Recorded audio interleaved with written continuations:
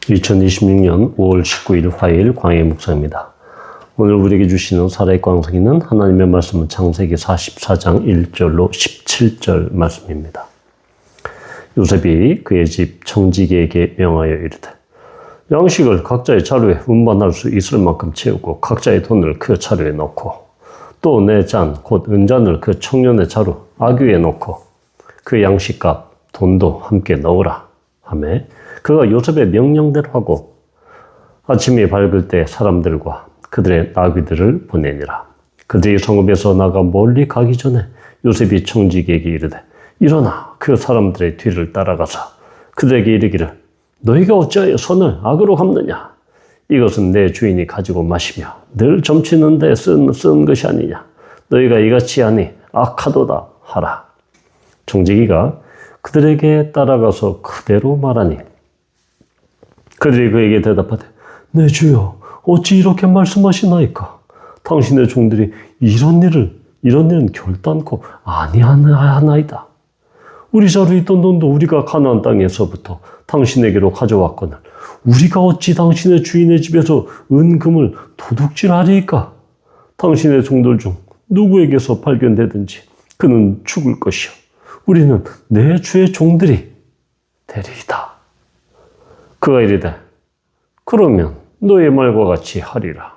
그것이 누구에게서든지 발견되면 그는 내게 종이 될 것이요 너희는 죄가 없으리라. 그들이 각각 급히 자루를 땅에 내려놓고 자루를 각기 푸니 그가 나이 많은 자에게서부터 시작하여 나이 적은 자에게까지 조사하며 그 잔이 베냐민의 자루에서 발견된지라. 그들이 옷을 찢고 각기 짐을 나귀에 싣고 성으로 돌아가니라. 유다와 그의 형제들이 요셉의 집에 이르니 요셉이 아직 그 옷에 있는지라. 그의 앞에서 땅에 엎드리니 요셉이 그들에게 이르되 너희가 어찌하여 이런 일을 행하였느냐? 나 같은 사람이 점을 잘 치는 줄 너희는 알지 못하였느냐? 유다가 말하되 우리가 내 주께 무슨 말을 하오리까? 무슨 설명을 하오리까? 우리가 어떻게 우리의 정직함을 나타내리까? 하나님이 종들의 죄악을 찾아내셨으니 우리와 이 잔이 발견된 자가 다 내 주의 노예가 되겠나이다. 요셉이 이르되 내가 결코 그리하지 아니하리라. 잔이 그 손에서 발견된 자만 내 종이 되고 너희는 평안히 너희 아버지께로 도로 올라갈 것이니라. 아멘. 이제 요셉은 형들을 마지막으로 시험하죠. 요셉은 각기 바로 10명의 형들과 그리고 마지막 막내 베냐민 모두에게 양식을 가득 채우게 하고 또한 돈도 자루에 가득 채웁니다. 이번 마지막 시험의 가장 결정적인 부분은 베냐민에게 은잔을 이렇게 채우는 은잔을 집어넣는 것이었죠. 이것은 매우 고도로 계산된 그런 시험이다라고 볼 수 있습니다. 바로 이 금잔이나 은잔을 가지고 이렇게 점을 치는 것은 당시 애굽에서 성행하였던 그런 하나의 그 점술의 형태였죠.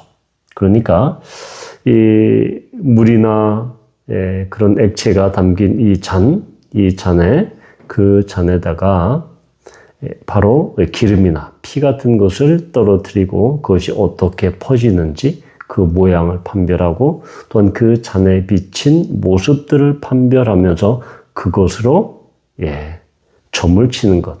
바로 그것이 그 잔의 그러한 역할이었죠. 은잔의 역할이었죠. 그런데 요셉이 이런 애굽 이교도적인 그러한 하나님의 그러한 하나님 되심을 거역하고 요셉이 그런 것을 했을까요? 그렇지는 않다고 봅니다.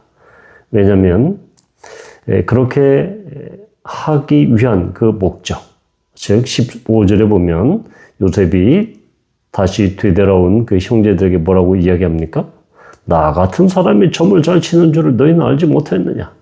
즉 바로 이 이집트의 2인자로서 어떤 그런 막강한 권위, 그리고 그들에게 공포감을 조성하는 그런 것을 통해서 실제로는 요셉이 이방인의 그런 문화인 그 점술 문화, 잔을 갖고 점을 치는 그런 문화에 빠지진 않았지만 그것을 통해서 전략적으로 형들을 겁박하기 위한, 위협하기 위한 하나의 기만 전술이었다라고 보는 것이 타당하죠. 자, 그런데 우리는 여기에서 바로 이 구절에 보면 청지기가 가서 그렇게 묻죠. 그러니까 그 사람들이, 형제들이 뭐라고 이야기합니까? 누구에게 그 발견되든지 그 은잔이 누구에게 발견되든지 죽을 것이다. 우리는 다 주의 요셉의 종들이 될 것이다. 라고 그렇게 호언장담합니다. 왜냐하면 당연히 그들은 은잔을 훔치지 않았죠. 당연히 요셉의 음모였죠. 요셉이 이렇게 일부러 그렇게 아무도 모르게 그렇게 넣어놓은 것이기 때문에 그들 입장에서는 당연히 그걸 훔칠 이유도 목적도 없었죠. 그런데 우리는 그렇게 호언장담하면서 내뱉은 그들의 이야기 중에 죽을 것이다 라는 것. 그러니까 지금 그들이 은잔을 훔친 것, 이것에서는 당연히 그들이 훔치지 않았기 때문에 그들의 죄가 성립되지 않았지만, 그런데 그 호언장담하면서 자기들이 그러한 지금 현재의 그 죄를 우리는 짓지 않았다라고 그렇게 공언하지만, 그런데 그는 죽을 것이다. 즉 은잔이 발견된 그 사람 죽을 것이다 라고 이렇게 호언장담하죠. 그런데 이것이 대단히 의미가 있다. 왜 의미가 있습니까? 바로 우리는 출애굽기 21장 16절에 보면 모세 율법에 이런 이야기가 있습니다. 사람을 납치한 자가 그 사람을 팔았든지 자기 수하에 두었든지 그를 반드시 죽일지니라. 납치범. 이 납치범은 이 중범죄이죠. 모세 율법에 의하면. 물론 모세 율법은 바로 지금 이 시기보다 뒤늦게 그렇게 하나님께서 모세를 통해서 주신 그런 율법입니다. 그런데 모세 율법에 의하면 납치범은 당연히 죽는 것입니다. 따라서 지금 이 형제들은 22년 전에 지은 그 죄, 이 요셉을 정말 이 구덩이에 쳐넣어서 그리고 그를 납치해서 결국 미디안 상인들에게 팔아넘긴 그런 납치범에 해당하는 그러한 형벌인 사형을 바로 그들이 지금 스스로 언도하고 있는 것입니다. 그런데 그 원래 목적은 무엇입니까? 우리 은잔 안 훔쳤습니다. 라고 그것을 변명하고 그것에 대해서 우리가 확실하게 우리는 만약에 훔쳤으면 그 사람 죽습니다. 죽어도 쌉니다. 라고 그렇게 이야기하는 그 가운데 나왔다라는 점에서 우리는 정말로 하나님께서는 바로 22년 전에 지었던 지금 눈에 보이는 은잔 사건에서는 무죄지만 22년 전에 지었던 그들이 아직까지 벌을 받지 아니하고 그들 가운데 숨겨져 있던 그 납치범, 납치의 죄, 동생 요셉을 죽이려고 했던 그 죄를 유죄로 그들 자신의 목소리로 사형을 언도하게 하는 대단히 아이러니한 이런 모습을 우리는 보게 됩니다. 또한 유다가 16절에서 어떻게 이야기합니까? 하나님이 종들의 죄악을 찾아내셨습니다. 라고 이렇게 이야기합니다. 바로 이 찾아내셨다라는 것은 단순히 발견했다. 이런 뜻.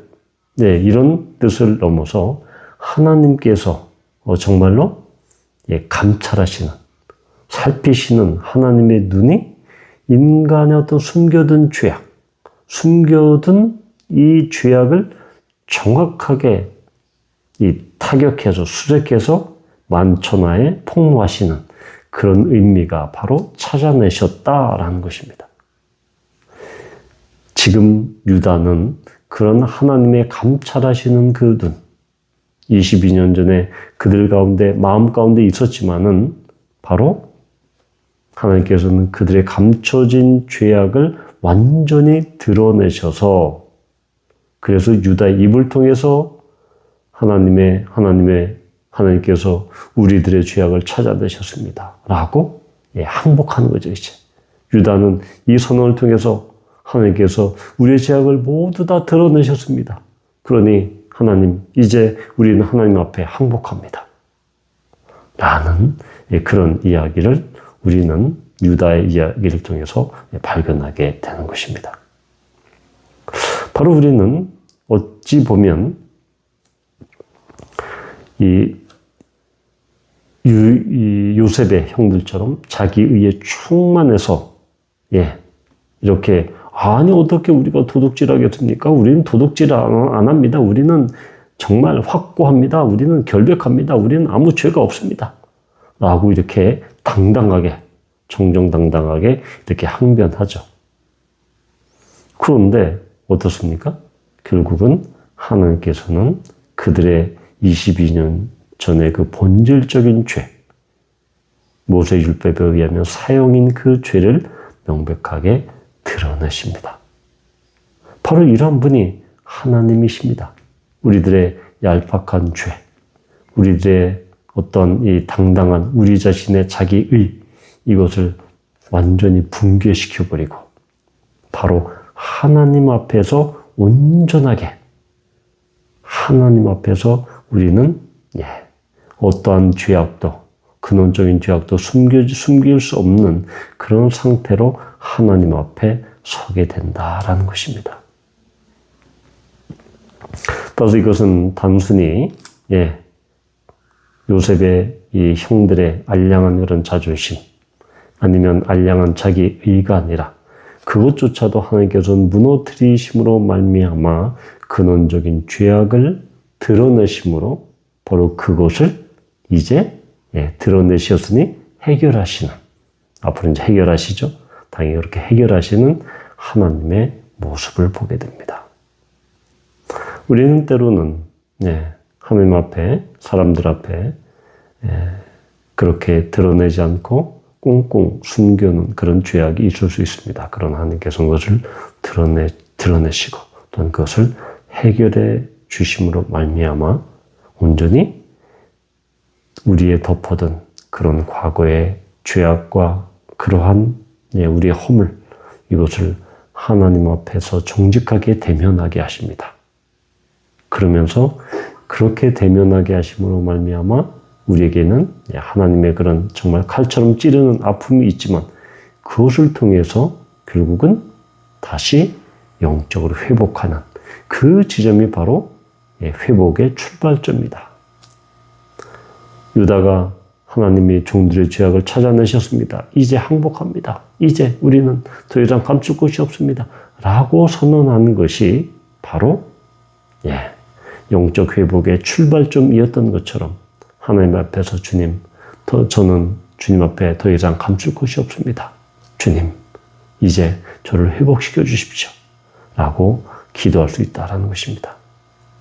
바로 우리는 과거의 죄악과 허물 가운데 정직하게 그것을 대면하고 또한 하나님께서 우리를 찌르실 때 그것을 정직하게 대면하고 하나님의 은혜로 받아들이며 수용할 때 결국 영적 회복의 출발선상에 우리는 비로소 서게 된다. 이것이 하나님의 은혜다라는 것입니다.